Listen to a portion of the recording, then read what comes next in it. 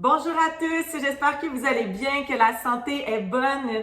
Bienvenue à l'encouragement de la journée 4 de la série qui se nomme Plus de vitalité, un boost d'énergie et un corps plus tonique.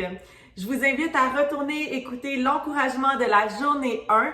Je parle d'où vient la vitalité, d'où vient la vie, d'où vient en fait la bonne énergie et ça vient de Jésus-Christ lui-même. Et vous savez, c'est lui qui nous donne la vie et la vie en abondance. Il est le chemin, la vérité et la vie. Maintenant, j'avais à cœur aussi de vous inviter à vous inscrire au cours fitness via le site web goodnessfitness.com. Vous allez tellement vous sentir bien dans votre corps et en plus, ça va diminuer votre niveau de stress.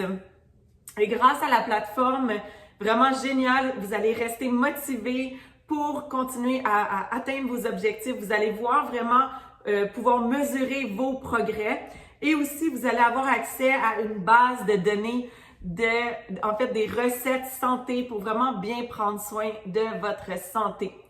Pour introduire le thème aujourd'hui, j'avais à cœur de lire dans la parole de Dieu, dans Proverbes chapitre 3, à partir du verset 5, et ça dit « Confie-toi en l'Éternel de tout ton cœur et ne t'appuie pas sur ton intelligence. Reconnais-le dans toutes tes voies et il rendra tes sentiers droits. Ne te prends pas pour un sage, crains l'Éternel et détourne-toi du mal. Cela apportera la guérison à ton corps et un rafraîchissement à tes os. » Amen. J'avais à cœur de vous partager dans la version de Message. Je vais traduire et ça dit « Faites confiance en l'Éternel du plus profond de votre cœur. N'essayez pas de tout figurer par vous-même. Écoutez la voix de Dieu dans tout ce que vous faites et partout où vous allez. Il est celui qui va vous garder sur le droit chemin. N'assumez pas que vous connaissez tout.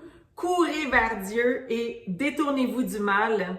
Votre corps va briller et être éclatant de santé. Vos os vont vibrer de vie. » C'est vraiment merveilleux, j'aime cette version. Aujourd'hui, je vous parle de faire confiance à Dieu pour toutes les sphères de votre vie, de déposer complètement sa vie, notre vie sur l'autel, de lui donner toute notre vie, de rien essayer de retenir, mais de vraiment avoir des révélations profondes de sa bonté, de sa beauté, de sa bienveillance, de son amour, de qui il est. Et de pas essayer de figurer, comme ça disait, par nous-mêmes, mais de vraiment se fier à Dieu, de se soumettre à sa volonté, de lui laisser le volant de notre vie. Ça dit dans Luc chapitre 9, verset 23, ça dit « Puis s'adressant à tous, il dit », et là c'est Jésus, ça dit « Si quelqu'un veut me suivre, qu'il renonce à lui-même, qu'il se charge chaque jour de sa croix et qu'il me suive. » Donc, de vraiment tout lui donner notre vie, d'être sur l'autel, de vraiment le suivre, être comme Jésus, faire sa volonté. Renoncer à ses désirs charnels, de pas essayer de se glorifier nous-mêmes, que tout soit à propos de moi, mais de vraiment mettre toujours Jésus de l'avant. Que lui, il est le roi, lui, il est le héros, il est le seul vrai Dieu. Et d'avoir vraiment Jésus comme modèle.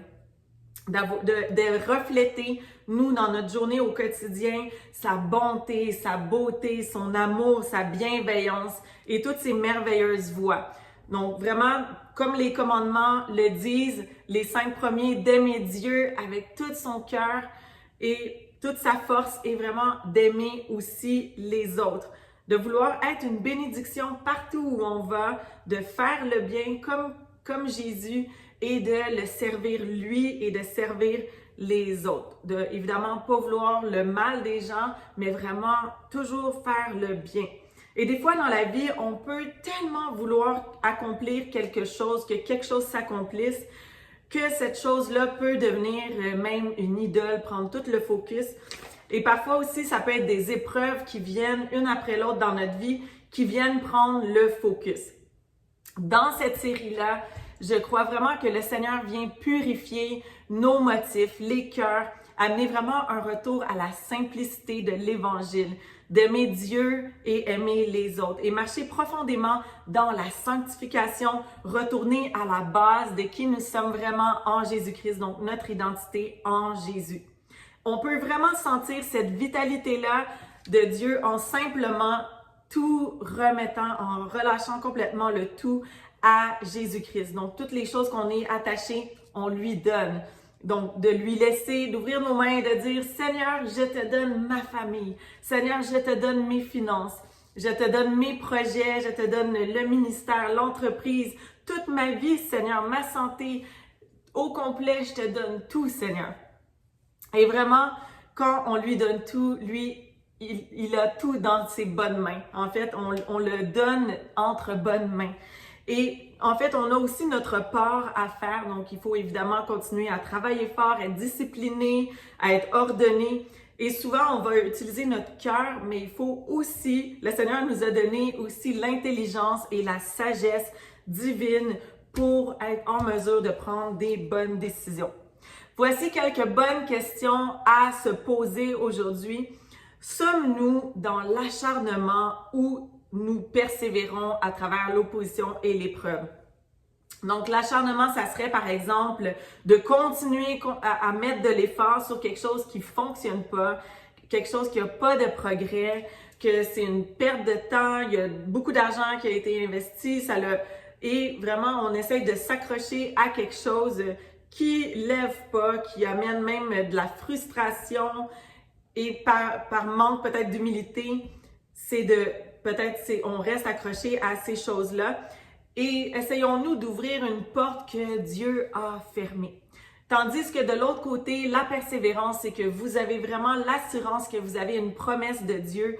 Vous contribuez à faire avancer le royaume de Dieu. On voit du progrès dans ce qu'on fait, il y a du fruit et à ce moment-là, il faut vraiment continuer malgré l'opposition et les obstacles. Et quand nous savons que Dieu est bon et que son essence, c'est qu'il est amour, il est bon et que nous l'avons reçu comme Seigneur et Sauveur et que nous sommes vraiment guidés par son Saint-Esprit, il nous dirige sur un chemin bien droit et non chaotique. On peut vraiment lui faire confiance que les portes fermées autant que les portes ouvertes, ce sont des cadeaux de sa part, une protection de Dieu.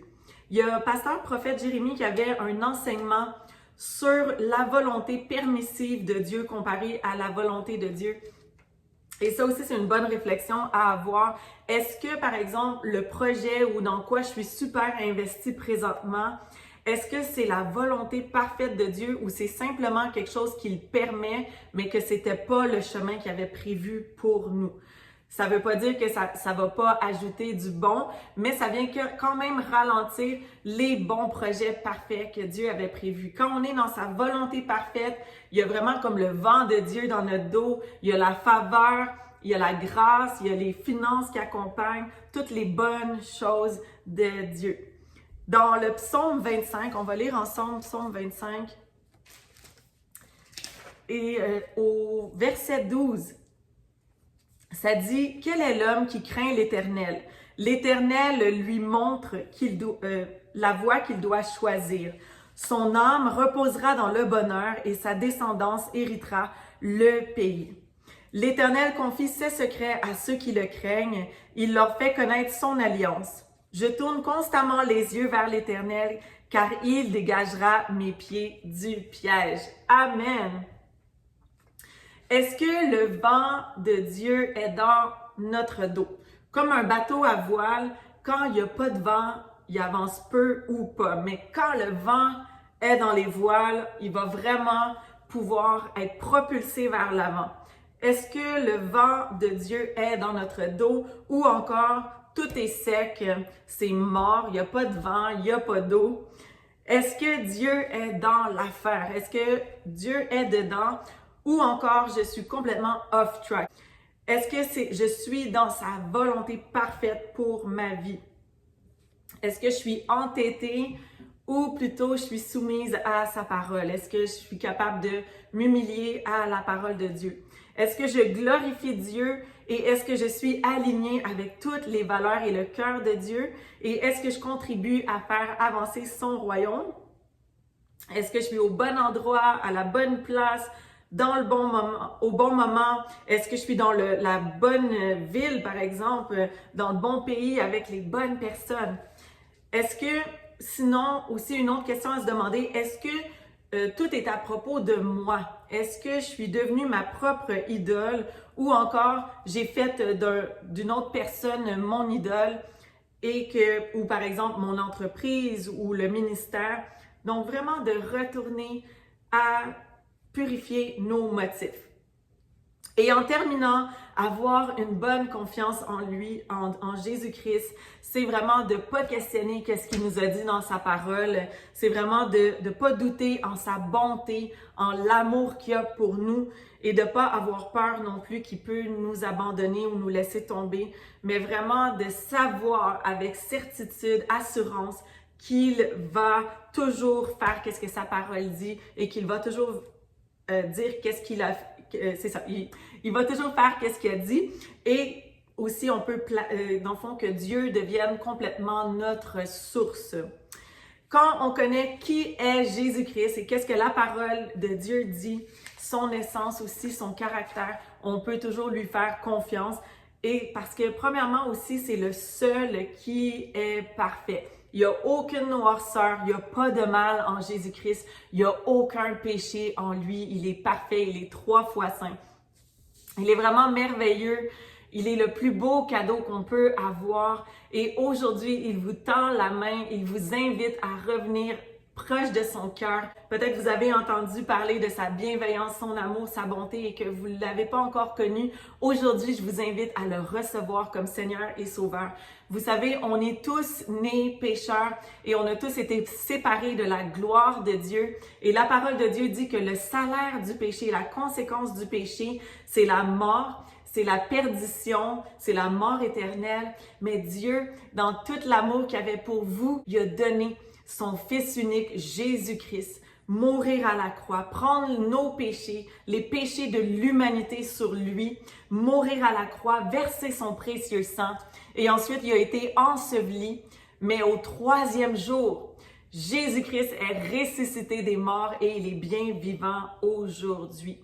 Et pour lui ouvrir la porte de son cœur, il faut simplement donc se repentir. Il faut premièrement se détourner des voies qu'on marche dans le péché, prendre la décision de se tourner avec tout son cœur vers Jésus-Christ et vraiment prendre la décision d'arrêter de marcher dans les voies sans lui.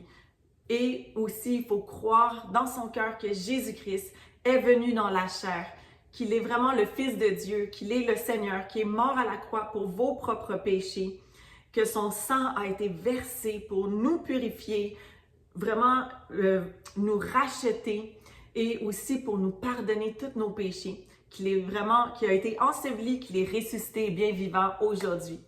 Sur ce, je vous invite à prendre cette plus belle décision-là de toute votre vie, c'est d'être à nouveau en relation avec votre Papa Céleste. Alors, fermez vos yeux et faites cette prière-là avec tout votre cœur et dites, Père Céleste, je te demande pardon pour mes péchés. Jésus, je te reçois comme Seigneur et Sauveur. Je crois que tu es mort à la croix pour mes péchés, que tu es ressuscité des morts et que tu es bien vivant aujourd'hui. Papa, baptise-moi de ton Saint-Esprit, remplis-moi, aide-moi à marcher dans toutes tes voies et à te faire pleinement confiance. Au nom de Jésus, Amen. Vous avez pris la meilleure décision de toute votre vie. Écrivez-moi, écrivez cette date en quelque part, ce précieux moment où vous avez reçu Jésus-Christ comme Seigneur et Sauveur. C'est vraiment la meilleure décision que vous pouviez prendre. Et vraiment, je veux vous envoyer un petit booklet pour vous expliquer les prochains pas avec Jésus et aussi vous donner une Bible que vous puissiez aussi être connecté à une église locale et vous faire baptiser d'eau. Alors, gloire à Jésus pour cette merveilleuse nouvelle.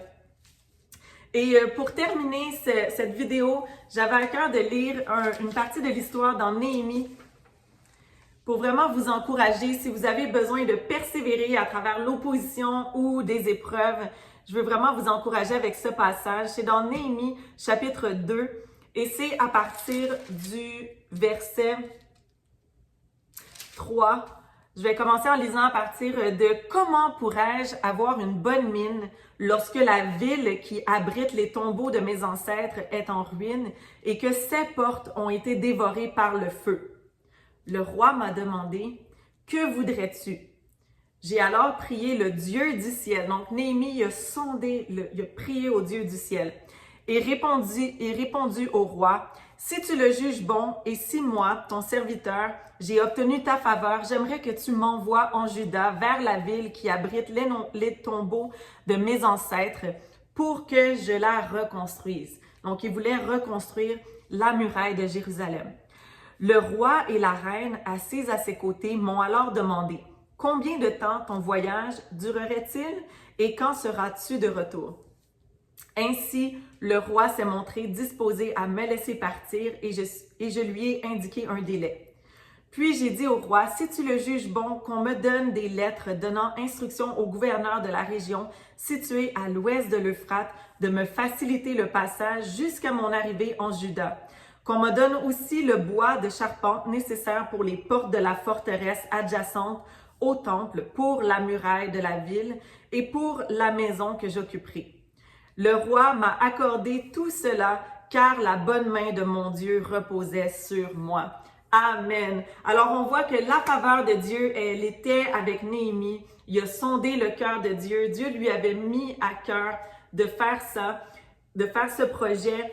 Et en fait, toute la faveur de Dieu était là. La faveur du roi était là. Il y avait même la bonne équipe avec lui. Mais malgré tout ça, il y a eu des obstacles, de l'opposition. Mais gloire à Jésus, il est resté ferme dans sa foi, il a mis toute sa confiance en l'Éternel et il a pu achever son projet à terme. Alors, je veux vraiment vous encourager aujourd'hui de persévérer. Et aussi, je veux terminer avec un quote de l'évangéliste Shuttlesworth que j'aime beaucoup. Et ça parle de, encore une fois, mettre toute notre confiance dans les mains de Dieu. Je vais vous le traduire. Et ça dit, si Dieu ne peut pas m'amener là, que je n'y aille jamais. Si Dieu ne peut pas me le donner, que je ne l'aille jamais. Et si Dieu ne peut pas le faire, que ça reste incomplet. Alors, c'est vraiment pour montrer comment on doit faire confiance à Dieu pour tout, de ne pas essayer de le devancer, par exemple en prenant des prêts ou en se mettant dans des mauvaises positions financières, des dettes, c'est pas bon. Ça vient vraiment ralentir les bons plans de Dieu s'il y a un pépin, entre autres, qui arrive. Alors, je veux vraiment vous encourager aujourd'hui et prier vraiment aujourd'hui que le Seigneur vous aide à vraiment mettre toute votre confiance en lui et qu'il vous bénisse, qu'il vous aide à persévérer dans toute épreuve et toute opposition au nom de Jésus. Amen.